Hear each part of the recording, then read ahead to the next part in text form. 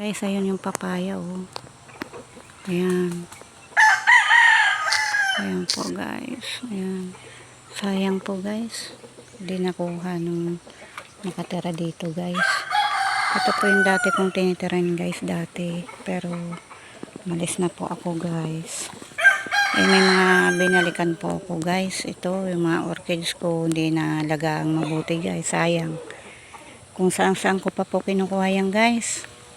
Malalayong lugar, nangihingi po ako para maitanim ko kasi gusto ko po sa harapan maganda. Pero wala na pong nag-aalaga sa kanila, guys. Kasi ang nakatira po dito, lalaki nang nakatira dito, guys. Ito, ganda ho ng orchids ko. Ayan.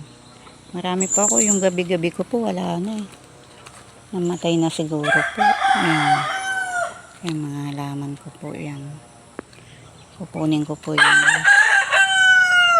Dadaling ko po sa Maynila, guys. Ito, guys, yung ano. Dati po maganda dito, guys. Kasi mahilig ako magtatanim, guys. Ayan. Ay po. Ayan. Ayan po. May mga bagong tanim po ako dati. Ay, hindi na nga po nangalagaan. Ayan.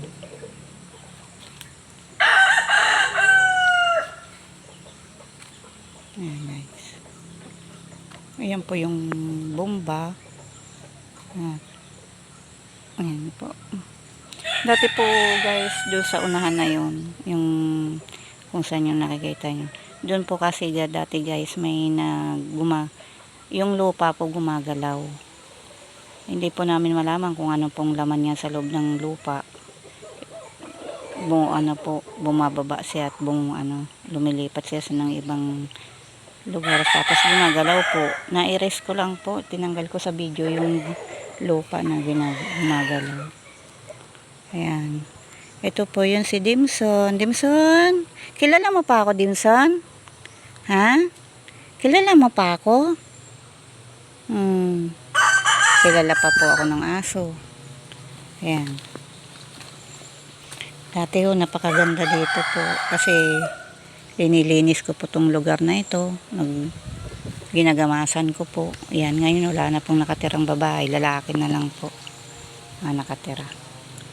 Ayan. Sinulit ko po yung pagpunta ko dito, guys. Kasi matagal na naman po ako hindi makaka-uwi dito sa amin. Sa lugar namin. Dito po ay ang pangalan po ng isla namin ay Alabat, Quezon. Ayan.